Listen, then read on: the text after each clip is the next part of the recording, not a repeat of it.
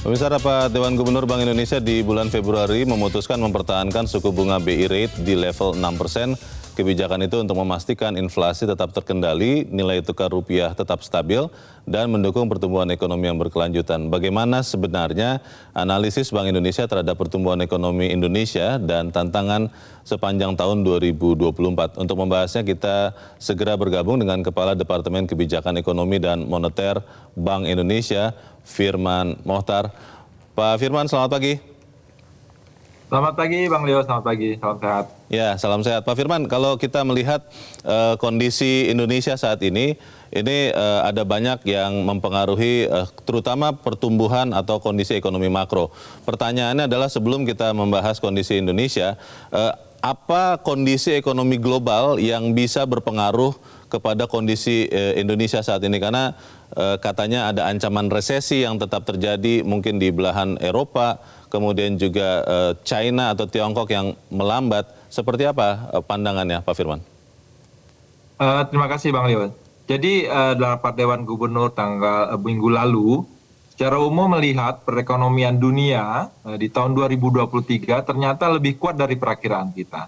Ini terutama didorong oleh Amerika dan India yang tumbuh di atas perakiraan kita. Sehingga secara keseluruhan tahun 2023 sendiri ini tumbuh lebih sekitar menjadi 3,1% di atas perakiraan kita 3% di tahun lalu. Perkembangan ini kami perkirakan berlanjut untuk Amerika dan India yang akan tumbuh lebih baik dari perakiraan, sehingga untuk tahun 2024 kami perkiraan awal semula adalah 2,8. Perkiraan kami memang akan lebih lambat dibandingkan dengan tahun 2023, tapi ini tentunya akan lebih baik menjadi 3%. Jadi ada tren penurunan pertumbuhan ekonomi dunia dari 3,1 menjadi 3,0 di tahun 2024. Jadi berdasarkan tadi pertanyaannya berbagai negara, memang yang menjadi perhatian kami adalah bagaimana pertama proses pemulihan di Tiongkok. Tiongkok meskipun lebih baik dari perakiraan, ternyata pengaruh perkembangan properti yang belum baik, kemudian masalah transisi demografi, dan juga berbagai strategi untuk rekomposisi pertumbuhan ekonomi, memang Tiongkok tidak akan sekuat kondisi sebelumnya. Perkembangan terkini technical recession di UK, di Jepang juga menjadi perhatian kami. Harapannya ini memang tidak akan berlanjut, meskipun terus kami cermati, Bang Leo, satu hal lain yang menjadi cermatan kita perkembangan jangka pendek ini adalah eskalasi geopolitik yang masih berlanjut. Ini pengaruhnya terhadap terusan Suez yang sekitar 10% perdagangan melalui kanal tersebut. Inilah yang menjadi risiko-risiko pertumbuhan yang kita perkirakan sekitar 3% untuk tahun 2024. Baik, Pak Firman, itu kalau kita bicara kondisi ekonomi global dan berdampaknya kepada Indonesia. Tapi kalau di dalam negeri sendiri kan kita sekarang sedang menghadapi hari-hari terakhir ini soal bahan pangan yang relatif mahal dan juga kemudian stoknya juga tidak terlalu banyak. Beberapa hari terakhir memang harga beras sudah mulai turun karena ada panen raya yang masuk. Tapi bagaimana antisipasi Bank Indonesia terhadap volatile food, beras dan cabai? Kita fokuskan dua itu karena kan tidak lama lagi di sekitar 10-11 Maret Indonesia akan memasuki bulan Ramadan yang secara tradisional meningkatkan konsumsi justru, Pak Firman. Bagaimana Pak? Secara umum memang cermatan kami ya, di kondisi terakhir di bulan Januari lalu, inflasi IHK secara keseluruhan terkendali di angka 2,6%. Ini tentunya ditopang oleh inflasi inti yang masih rendah 1,8% dan juga administered price. Yang menjadi perhatian seperti disampaikan Bang Leo tadi adalah perkembangan volatile food, di mana pada bulan lalu volatile food masih sekitar 7%. Dan ini dipengaruhi oleh perkembangan harga beras dan juga harga bawang. Kami di Bank Indonesia terus mencermati ini, Bang Leo. Kami lakukan koordinasi dalam ruang lingkup TPI, Tim Pengendalian Inflasi Pusat, dan juga Tim Pengendalian Inflasi Daerah, melalui kantor cabang kami, kantor perwakilan kami di 46 daerah. Dan ini tentunya diperkuat dengan melalui Gerakan Nasional Pengendalian Inflasi Pangan. Kami melihat mengapa ini meningkat? Tentunya dipengaruhi oleh dampak lanjutan El Nino yang kemudian adalah pergeseran masa tanam. Iya. Di saat bersamaan memang akan ada peningkatan sejalan dengan kebutuhan untuk perayaan hari besar keagamaan nasional seperti Lebaran dan puasa yang akan datang. Kami akan terus cermati ini, Bang Leo, karena ini adalah dari sisi supply side dan kami harus lakukan koordinasi ini. Kami tidak bisa berdiri sendiri. Kami akan sinergi dengan pemerintah pusat dan daerah. Baik, Pak Firman, bicara soal kondisi makro ekonomi domestik, tentunya kita tidak bisa lepas juga dari hajatan besar bangsa ini, pemilu. Pemilu sudah dicoblos tanggal 14 Februari walaupun tetap dihitung hasilnya.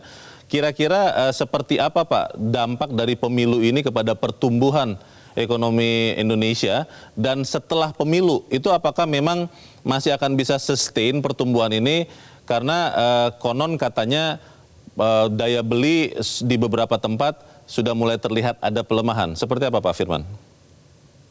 Kami lakukan estimasi, kalkulasi perkembangan terakhir sebagaimana kita lihat di triwulan 4 pertumbuhan ekonomi kita tumbuh di atas perkiraan sekitar 5,04%. Angka ini salah satunya didorong oleh komponen konsumsi, khususnya konsumsi lembaga non-profit rumah tangga. Ini dorongannya cukup kuat dan mendorong konsumsi swasta secara keseluruhan, termasuk bagaimana stimulus dari pemerintah terkait dengan konsumsi pemerintah. Ini kami lihat dan berpengaruh terhadap pertumbuhan ekonomi Indonesia Q4 kemarin yang memang lebih baik dari perkiraan.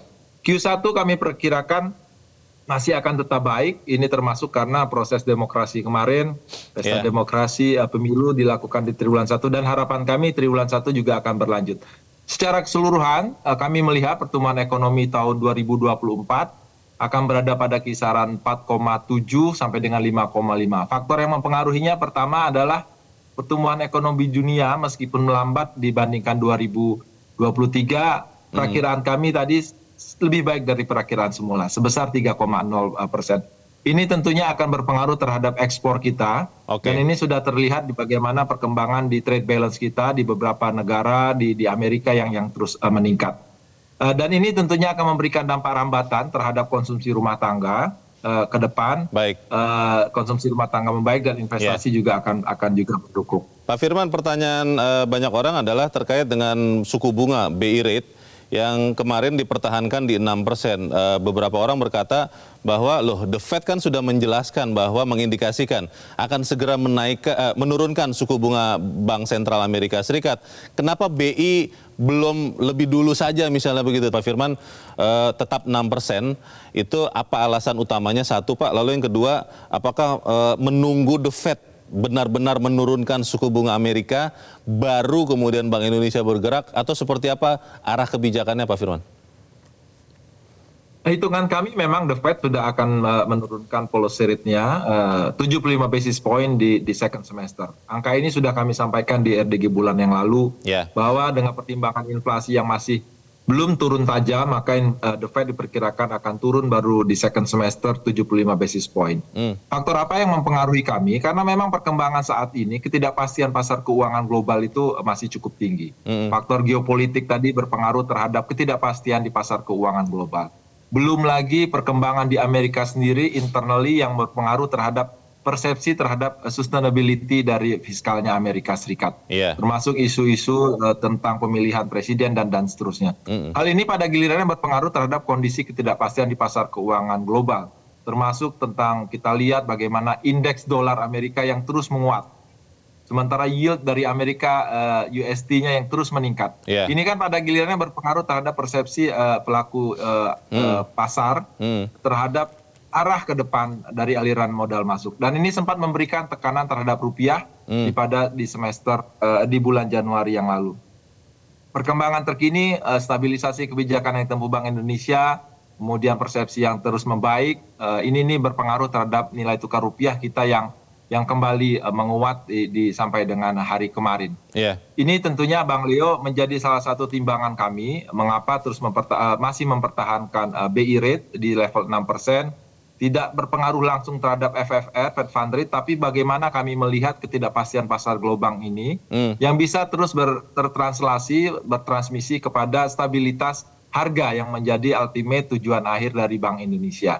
Nah, bagaimana kami mencapai ini? Tentunya pertama suku bunga kebijakan BI rate kami pertahankan Ya, agar bisa tetap memberikan daya imbal hasil yang lebih baik. Yang kedua tentunya didukung oleh stabilitas nilai tukar rupiah. Intervensi kami di pasar spot kami harus selalu ada. Intervensi kami di secondary market bond juga ada dan juga di DNDF. Dan yang terakhir Bang Mario, Bang Leo adalah kita perkuat optimalitas melalui instrumen SRBI Sekuritas Rupiah Bank Indonesia yang kita sudah terbitkan sejak Oktober dan saat ini sudah mencapai sekitar 391 triliun di mana sekitar 23% itu adalah non residen. Jadi inflow sudah masuk dan ini bisa berpengaruh terhadap aliran modal masuk dan pada giliran menjaga stabilitas nilai tukar rupiah, pada giliran akhirnya akan menjaga stabilitas baik. harga yakni inflasi. Pak Firman, tadi Anda mengatakan The Fed mungkin akan menurunkan 75 bips. Bank Indonesia menurunkan berapa, Pak? Kita lihat terus kita cermati dan kita bahas di tiap rapat Dewan Gubernur. Oke, baik, kita harap apa yang kita bicarakan ini bisa memberikan arahan bagi para pelaku pasar dan yang orang-orang yang membutuhkan arah kebijakan Bank Indonesia. Terima kasih Kepala Departemen Kebijakan Ekonomi dan Moneter Bank Indonesia, Firman Mohtar, sudah mencerahkan kami. Selamat pagi, Pak Firman. Jelajahi cara baru mendapatkan informasi. Download Metro TV Extend sekarang.